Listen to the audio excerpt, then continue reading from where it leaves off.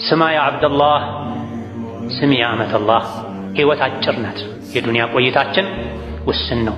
እኛ የሰው ልጆች ስንባል ዱንያ ላይ እንግዶች ነን።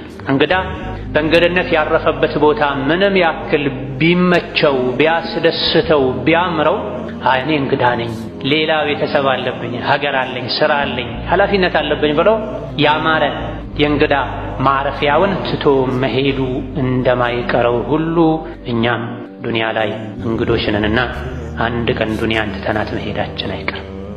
ስማ ያ አብደላህ፣ ስሚ ያ አመተላህ። አንድ ቀን እንግድነቱ አብቅቶ ወደንም ይሁን ተገደን ተነስ ተነስ ተነሽ መባላችን አይቀርም። እንወጣለን ከዱንያ ምን ይዘን? የሰራነውን ሥራ ይዘን። የዱንያ ሰዎች ከሰጡን ቢበዛ ነጭ አቦጅዲ ቢሰጡን ትርፍም አይሰጥ። ተቆርጦ ተቀጥሎ ተሰፍቶ በሷ ተሸፍነን እንሸኛለን። የያዝነውን ሥራ ይዘን ነው የምንሄደው። ስለዚህ ሕይወት አጭር ናት። ልጅነት፣ ወጣትነት፣ ስሜት፣ ስልጣን፣ ጥጋብ ይሄን ሊያስረሳን አይገባም። ከዱንያ መውጣታችን አይገባም። ኩሉና ራሂሉን ተጓዦች ነን ሁላችን። ምን ይዘን እንጠይቅ ራሳችን። ጉዞው ረዥም ነው። አንድ ቀን ያበቃል አይቀርም። ከሄደም በኋላ ተመልሶ መጥቶ ማስተካከል የሚባል ነገር የለምና የዱንያ ሕይወት ሊሸነግለን አይገባም።